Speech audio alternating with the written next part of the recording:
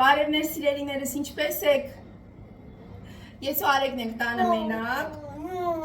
վիդեո ենք նկարում, որոշեցինք նաև ձեզ հետ միանալ ու զրուցել, մազերս թափված էր, մտածեցի կապեմ, որովհետև շատ շոքեցի արդեն ու անհարմար եմ զգում փռած մազերով, բաց թողած մազերով, մանավանդ հիմա այդ հարթեցված ձևը կորել է, գանգրացել են մազերս, այս վերևի հատվածում, ուռած վիճակ է լինում, այդպես ինձ դուրս չի գալիս, ոնց որ եւ տեսքս մեծացնի, եւ ավելի շատ շոկ եմ, եւ դուրս չեմ գալիս, ես ինքս ինձ չեմ հավանում, եւ մի խոսքով, սենց ավելի Եվ հարմար է, եւ կոկիկ, եւ հավաքած։ Հիմա մտածում եմ գնալ մազերս նորից հարթեցնեմ, թե թողնեմ գանգուրները գան, բայց գիտեք, որ դրան ժամանակ է պահանջվում, այսինքն, չգիտեմ, 10 օրում հաստատ ամբողջ մազերս չեն գալու իր բնական տեսքին։ Երկար ամիսներ կպահանջվեն, մինչև հասնեն ամբողջությամբ գանգրանան։ Ես որովհետև դրա փորձ ունեցել եմ, դրա համար եմ ասում։ Մտքիս կա գնալ նորից հարթեցում անել, տեսնեմ։ Իդեպ մի թեթև վատառող չեմ, ձայնիցս երևի հասկացաք արդեն, կոկորդացավ ունեմ մի քանի օր արդեն, ու վախենում եմ, որ ձայնս չկորի, որովհետև վերջին շրջանում ինչքան որ ես կոկորդացավ եմ ունեցել, դրան հաջորդել է ձայնի կորուստը։ Դրա համար ասում եմ, մենակ այսքան ձայնս մի քիչ փոխվել է, սրանից ավել չգնա, էլի չկորի, չփոփոխվի։ Մի խոսքով սիրելիներս դուք ինչպես եք, ինչով եք զբաղված, գրեք կոմենտներում, ես էլի մի քիչ ուշացնում եմ ոնց որ թե վլոգը, երբ հարմարացնում եմ միանգամից վլոգ եմ տեղադրում ձեզ համար, ճիշտ ասած մտածում էի նաև գուցե մի օր ուղիղ եթեր անեմ ձեզ հետ զրուցեմ, ուղիղ եթեր տարիներ չեմ արել, երբ եմ արել վերջին անգամ, COVID-ի ժամանակ ենք արել ուղիղ եթեր վերջին անգամ, պատահական երևի կմտնեմ ուղիղ եթերի, այդպես ով որ օնլայն կլինի, իրենց հետ էլ կշփվեմ, որովհետև պես նախապես օր ու ժամ ասել չեմ կարող, միշտ մտածում եմ, եթե օր ու ժամ ասեմ կոնկրետ, իսկ գուցե չստացվի եւ այլն չեմ սիրում այդպես։ Սիրելիներս ուզում եմ ձեզ սրտան շնորհակալություն հայտնել ձեր բոլոր սիրուն, բարեմաղթանքների ու շնորհավորանքների համար, մայրիկի ծննդյան կապակցությամբ, որ հղել եք կոմենտներում, այդ ծննդյան վլոգի տակ։ Անչափ շնորհակալ եմ, շատ սիրուն խոսքեր եք գրել։ Այս վերջերս նկատում եմ, որ ձեր սիրուն խոսքերի հետ մեկտեղ նաև առանձնակի նշում եք ձեր հիացմունքը, արտահայտում եք ձեր հիացմունքը, որ իմ երեխաները մաքուր են, որ ապրես Հասմիկ ջան, մաքուր են երեխաները, կոկիկ են։ Ուզում եմ հասկանալ, եղել է ժամանակ, որ երեխաներս մաքուր եւ կոկիկ չեն եղել, եւ հիմա արդեն սկսել եմ մաքուր պահել երեխաներին։ Դրա համար եք գրում այդպես առանձնակի նշում, թե տպավորություն է, որ եթե Հնդկաստանում ենք ապրում, ուրեմն դժվար թե մաքուր լինենք, երեխաները մաքուր լինեն, կոկիկ, չգիտեմ, կեն ցաղավարությունը եւ այլն եւ այլն։ Ուղղակի ուզում հասկանալ այդ բարի կոմպլիմենտը որտեղից է գալիս։ Այո, շատերին թվում է, թե եթե ապրում ես Հնդկաստանում, ինստինկտիվորեն արդեն չես կարող մաքուր թե կենցաղ բարել, թե ինքդ քեզ մաքուր պահել, երեխաների մաքրությանը հետևել։ Չգիտեմ, մի օրինակ բերեմ, գիտեմ, որ շատ-շատերը մտածում են, եթե Հնդկաստանում է մարդը ծնվել, Հնդկաստանում է ապրում եւ ազգությամբ հնդիկ է, ուրեմն անպայման ինքը լողանում է Գանգեսի ջրերում, անպայման այդտեղ իր հագուստն է լվանում, գետերում է լվանում իր հագուստը։ Ականջից հասնում եմ բնականաբար, հիմա այդ ինտերնետի դարը, ինչպես ասում են, եւ լիքը բան ենք կարդում եւ լսում, մարդկանց կարծիքներ եւ այլն, ու շատերին թվում է, թե այո, բոլորը այդ Գանգեսի ջրերում են ապրում եւ այնտեղ են իրենց առօրյան անցկացնում եւ այդ բոլոր ռիտուալներն են իրականացնում ու եթե հնդիկ է պարտադիր այդ տարբեր տեսակի կրոնական ռիտուալների միջով անցնում է առավոտից երեկո Եվ եթե դու ուրիշ ազգություն լինելով ամուսնացած ես հնդիկի հետ, ուրեմն դու էլ ես պարտադիր անում այդ ռիտուալները, դու էլ ես պարտադիր, չգիտեմ, դավանանք փոխում, այսինքն մարդկանց մոտ ծայրահեղության հարցն է, այսինքն ծայրահեղություն են իրենք պատկերացնում, որ միջինը չեն պատկերացնում կամ կարող է դրա հակառակ պատկերն է լրիվ, չէ, միանգամից, որ հնդիկի հետ ամուսնացել, ուրեմն ինքն էլ է գնում, այսինչ այն ինչ բան է անում, ուրեմն հաստատ կրոնափոխ է եղել, հաստատ ինչ-որ աղոթքներ է անում ու նման բաներ։ Առանց անգամ ճշտելու այդ հնդիկի հետ որ ամուսնացել այդ հնդիկը ինքն անում այդ աղոթքները։ Ինչևէ, մարդիկ տարբեր են բնականաբար, տեղեկատվության պակասից է եւ մի քանի բան այսպես տարբեր տեղերից լսելով արդեն կարծիք են կազմում ու մի քանի վիդեոներ ինչ որ տեսնելով համացանցում արդեն մտածում են, որ բոլորն են այդպեսին տարածում այդ կարծիքը բոլորի վրա։ Դա էլ այդպես ժողովուրդ ջան, ես այս բլոգի շրջանակներում այս տարիների ընթացքում ընթացքում շատ կարծիքների եմ հանդիպել, ինչ-որ անծանոթ մարդկանց հանդիմանանքի, քննադատության, չգիտեմ ինչեր էին գալիս գրում, վերջապես մի պահ եկա, որ դադարեցին, գուցե ուղղակի հասկացան, որ այս աղջկան անիմաստանման բաներ գրել է, որովհետև դրանք չեն համապատասխանում ոչ իր տեսակին, ոչ իր իրականությանը, եւ ընդհանրապես գուցե որոշները հասկացան նաեւ, որ պետք չէ իրենց քիթը երկարացնել եւ մտցնել դիմացինի անձնական տարածք, եթե դրա թույլտվությունը դու չես ստացել, ու ընդհանրապես ես կարծում եմ, որ ովքեր որ իրենց թույլ են տալիս մտնել անծանոթ մարդու անձնական դաշտ, իրենք կամ շատ խնդիրներ ունեն իրենց կյանքում, շատ խնդիրներ ունեն իրենց անձնական կյանքում եւ առհասարակ, կամ ոչինչ չունեն ընդհանրապես անելու ու ոչինչի մասին մտածելու բան չունեն, մի բան տեսնում են, ասում են, վայ, ինչ-որ մի քիչ էլ իրենց կարծիքը քոնի հետ չի համապատասխանում ու ժամանակ են տրամադրում, նստում են, գրում են, չեն էլ ափսոսում այդ ժամանակը, որ այդպես նստում գրում են անծանոթ ինչ-որ մեկին, նրա անձնական ընտրության մասին ուղղակի այդպես գրում են։ Գիտեք, այս վերջերս համացանցում մեծ քննարկման առարկա էին դարձել Հայաստանում Հնդկաստանից եկած քաղաքացիները, ովքեր կատարում են առաքիչի աշխատանք, շինարարության մեջ են աշխատում եւ նման աշխատանքներ են կատարում, ինչ-որ 1-2 տհաճ դեպքի հիման վրա այդ վատ կարծիքը բոլորի վրա էր տարածվել եւ մի ամբողջ ազգ ընկավ այդ աղացի տակ։ Բնականաբար համացանցում տեսնում եմ մարդկանց արձագանքը, կոմենտներ եւ այլն, ոնց որ երկու մասի բաժանված լինեն, մի մասը ասում են, որ դե մարդիկ են, ուզում են աշխատանք ստանան, գալիս են երկրից երկիր, որպեսզի գումար վաստակեն իրենց ընտանիքի համար, ինչպես մենք հայերս ենք գնում Հայաստանից Ռուսաստան եւ այլ երկրներ գումար վաստակելու եւ մեր ընտանիքները պահելու համար, այնպես էլ իրենք են եկել, պետք չէ քննադատել եւ այլն եւ Հայաստանում էլ եւ Ռուսաստանում եւ այլ երկրներում էլ հայերին այնքան լավ չեն վերաբերվում, նման աշխատանքներ կատարող հայերին այնքան լավ չեն վերաբերվում եւ պետք չէ Հայաստանում աշխատանքի համար եկած այլ ազգիներին վատ վերաբերվել եւ մի մասն էլ բողոքում է, ասում են, որ թող գնան Հայաստանից,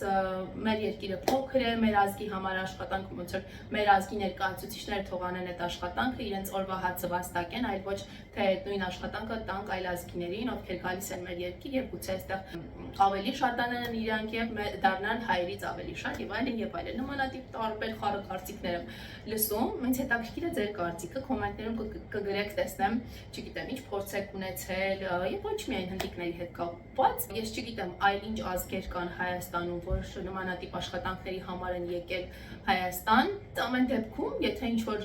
փորձ ունեք, կարող եք կոմենտներում կիսվել, ես սիրով կկարդամ, Instagram-ում իմ հետևորդներից կան, ովքեր ինձ տարբեր իրենց կարծիքներով են կիսվել եւ փորձով են կիսվել, ովքեր գործատուներ են եւ իրենց մոտ աշխատում են հնդիկներ եւ այլ ազգիներ, նման այդ ոլորտներում Եվ հիմնականում ես դրական արձագանքներ եմ լսել, բայց բնականաբար կարծում եմ, որ եւ նա կլինի, եւ ուզում եմ ասել, որ ժողովուրդ ջան, ինչ վերաբերվում է հնդիկներին, դուք Հայաստանում իմ կարծիքով Հայաստանում տեսնում եք Հնդկաստանի մի շերտի, մի տեսակի մասը, այսինքն Հնդկաստանի բնակչության մի շերտի պատկանող մարդկանց եք դուք տեսնում հիմնականում իրենց հետ եք առնչվում Հայաստանում, քանի որ ավելի շատ իրենք են գալիս չէ աշխատանքի համար, այսինքն շինարարության մեջ են աշխատում, առաքիչ են աշխատում, որպես եւ այլ նման աշխատանքներ են կատարում, դժվար, ծանր եւ ոչ այնքան շատ բարձրադրվող Եվ օրինակ չեք առնչվում գուցե շատ այլ ոլորտի մարդկանց հետ, մասնագետների հետ, ովքեր ազգությամբ հնդիկ են։ Նկատի ունեմ տարբեր ոլորտների, տարբեր մասնագիտության, տարբեր մակարդակի կրթվածության մարդկանց հետ դուք չեք առնչվում, դա նկատի ունեցեք։ Ես ոչ մի կերպ չեմ մեղադրում այն մարդկանց, ովքեր գուցե այնքան էլ հաշտ չեն այդ իրականության այդ փաստի հետ, որ հայերից բացի այլ ազգիներ նույնպես կլինեն Հայաստանում, Երևանում, հիմնականում չէ կենտրոնացած են ավելի Երևանում, քանի որ մայրաքաղաքն է, գուցե աշխատանքը գործը ավելի շատ է եւ հեշտ է ավելի գործ գտնելը։ Չեմ մեղադրում, որովհետեւ մենք հայերս սովոր չենք բազմազգ երկրում ապրելուն, այսինքն մենք հայերս սովոր չենք, որ մեր երկրում տարբեր ազգեր բնակվեն։ Մենք եղել ենք միայն մենք մեզանով, մենք հայերով, ու հետո արդեն քիչ-քիչ որ հոսք սկսվեց տարբեր երկրներից, տարբեր ուղղություններից դեպի Հայաստան, հայերից բացի այլ ազգիներ էլ եղան, բնականաբար ամեն ազգի ներկայացուցիչ իր մի քիչ իր գույնը բերեց, խառնեց եւ այլն, արդեն տարբերությունը շատ զգացվեց, երևի թե երբ կամ Հայաստան արդեն կհասկանամ ինչ իրավիճակ է։ Մանգո խողցրես, ուզում ես նկարես, մանգո էիր ուտում, մանգո էի տվել ուտում էր, գիտեք ինչ էի մտածում, եթե օրինակ ժողովրդի մեծ մասը շատերը անընդհատ ինչ-որ բողոքում են, անընդհատ դժգոհում են այլազգիների Հայաստանում այլազգիների ներկայությունից, նրանց աշխատանքի տրամադրելուց եւ այլն, ասում են հենա մեր տեղացիներ հայերին կտանք այդ աշխատանքը կանեն, ինչի ենք տալիս հնդիկներն անեն, չգիտեմ, արաբները, պարսիկները ովքեր են իրենք անեն այդ աշխատանքները, հենա մեր հայերը թողանեն իրենց ընտանիքը պահեն։ Հայերը օրինակ գնում են տվյալ աշխատանքի համար, ասում են չէ, ձեզ քեզ չենք տալիս գործը, տալիս ենք այս հնդիկին, ոնց է լինում։ Իմ կարծիքով, եթե կա աշխատանքի պահանջը, բնականաբար կտան ու բնականաբար հենց հային կտան առաջինը, հային չեն մերժի տան հնդիկին կամ մյուսին, չգիտեմ, իմ կարծիքն է այդպեսին, քանի որ օրինակ հայը հային գուցե ավելի լավ հասկանա, թե լեզվի խնդիր չի առաջանա, լեզվական այդ խնդրեմը չի լինի, որովհետև դա էլ է շատ լուրջ խնդիր, եթե չեն հասկանում հայերեն ընդհանրապես կամ գործատունը անգլերեն չգիտի, ու չեմ էլ կարծում, որ այն հնդիկները, ովքեր գալիս են նմանատիպ աշխատանքներ կատարելու, իրենք շատ լավ անգլերեն գիտեն, վստահ չեմ, բայց չեմ կարծում, թե շատ լավ անգլերեն գիտեն, ու լեզվի խնդիր էլ կլինի բնականաբար, ու գործատուն կնախընտրի տալ իր հայրենակցին առաջինը գործը, բայց գուցե հայերից չկան դիմողներ, հնդիկներ են ավելի շատ այդ գործի համար դիմում եւ հնդիկներին են վերցնում։ Եթե ունեք նմանատիպ փորձ, ինձ շատ հետաքրքիր օրինակ, մի հատ կիսվեր կոմենտներում կարդամ իմանամ այդ ոնց է ստեղի ունենում, ու հայերի չեն տալիս, հնդիկներին են տալիս կամ պարսիկներին կամ ռուսներին։ Ինչ էի ուզում ասել, որ եթե դժգոհությունները շատ են ու ինչ որ շատ վատ անդրադարձ կա եւ այլն, գուցե պետք է վերանայել վիզայի համար դիմելու հետ կապված փաստաթղթերը, այսինքն ովքեր կարող են դիմել երկարաժամկետ վիզա ստանալու համար, Հայաստանի վիզա։ Գուցե ավելի պետք է խստացվի այդ ամեն ինչը, որ օրինակ բանկային հաշվեհամարում պետք է այսքան գումար լինի, եթե ուզում եք վիզա ստանալ Հայաստանի համար կամ չգիտեմ, SSS-ից եթե ուզում եք աշխատանքի համար գալ Հայաստան, SSS փաստաթղթերն են անհրաժեշտ, դրանց բացակայության դեպքում վիզան չի տրվի, օրինակ շինարարության մեջ աշխատողները կամ առաքիչ աշխատողները ինչ տիպի վիզայով են գալիս Հայաստան, իրենք հենց աշխատանքային վիզայով են գալիս Հայաստան, թե ուղղակի գալիս են Հայաստան որպես այցելու եւ մնում են, գործ են գտնում, մնում են, հետո վիզայի տեսակն է փոխվում, այդ ոնց է լինում։ Այդ էլ այն շատ հետաքրքիր, կոմենտներում անպայման կգրեք, եթե գիտեք։ Իդեպ, եթե ամեն ինչ լավ ընթանա, պլանավորածի նման գնա, եկող տարի գուցե մենք եկանք Հայաստան։ Առօրյա կադրեր չեմ ներառում այս վիդեոյի մեջ, թող սա լինի այս առանձին թեմայի քննարկման վիդեո։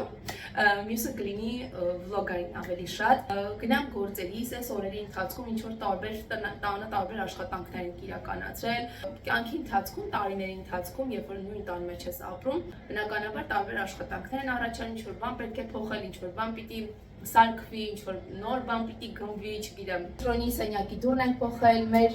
տան հյուրասենյակի դուրն ենք փոխել, փոքր-մոքր շտկումներ են կարել, գործեր են կարել տանը։ Մեր հյուրասենյակն մի քիչ փոփոխությունների կարիք ունի, պատերը պիտի մի հատ կարգի բերենք, ալեգնախշել է ճակերտների մեջ, սիրունացրել է պատերը, պոկրտել է պատի թղթերը եւ այլն, շատ ված վիճակում է, տեսքը լավ չի, բայց մենք չենք պատրաստվում նորը փակցնել պատին, որովհետեւ բնականաբար դա էլ է արժանանալու նույն ճակատագրին եւ դրա համար պետք չէ վատնել այդ գումարը եւ էներգիան եւ հուսալ, որ այդպես էլ կմնա պատը, որտեղ վստահաբար չի մնալու, էլի փոկվելու է, դրա համար մենք որոշեցինք, որ թողնենք այդ պատը ոնց այդպես կա, յուրահատուկ իր դիզայնով Արեգի կողմից արված, ոչինչ, մենք կդիմանանք այդ տգեղությանը, մինչեւ որ Արեգը կմեծանա ու մի հատ, չգիտեմ, նորը կանենք, որ նորը կկպցնենք, վստահ լինելով, որ հաստատ այս անգամ չի փոքի կամ կտեսնենք ինչ որ մի ուրիշ բան կմտածենք, կամ այդպես կիսած չեմ թողնի, ամբողջը կհանեմ, որպեսզի գոնե միաձև լինի, էլի, կիսած պռած չլինի։ տեսնենք ինչ ենք անում,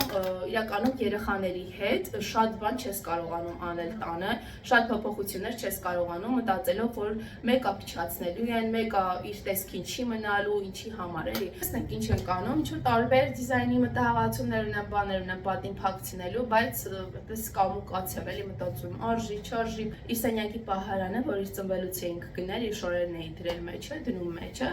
դա մենք հանեցինք, վաճառեցինք, որովհետև անընդհատ կանգնում էր այդ դարակների բռնակների վրա, բարձրանում էր վերև, այնտեղ էր ուզում նստել, քաշում էր բոլոր դարակները, բացում էր, պատկերացրեք, որ դարակները ամբողջությամբ լիքն են, հագուստա ինչ որ տարբեր պարագաներ են ներսում, եւ ինքը կանգնելով այդ բաների վրա, բռնակների վրա, բոլորը բացում էր, մեկի վրա կանգնում էր բնականաբար, մնացածները բացում էր եւ ինքն էլ արդեն ծանրաքաշ էր ու իր քաշը եւ այդ ապրանքները, դարակները բոլորը բաց, մի ծանրություն ընկնում էր մի կողմի վրա ու այդ պահարանը շատ հեշտ կարող է շուռ գալ, շատ հեշտ, անընդհատ մենք կանխում ենք դա, անընդհատ աչքս իր վրա է պահում, անընդհատ իջացնում, բերում էի դուր, ուզում էի թափ պահել եւ այլն, բայց մի անգամ արդեն համարյա շուռ էր տալիս իր վրա, անմիջապես հանել ենք սենյակից դուրս այդ պահարանը, դատարկել եմ ամբողջը, վաճառեցինք դա, բայց բնականաբար շատ լավն էր եւ սիրուն էր եւ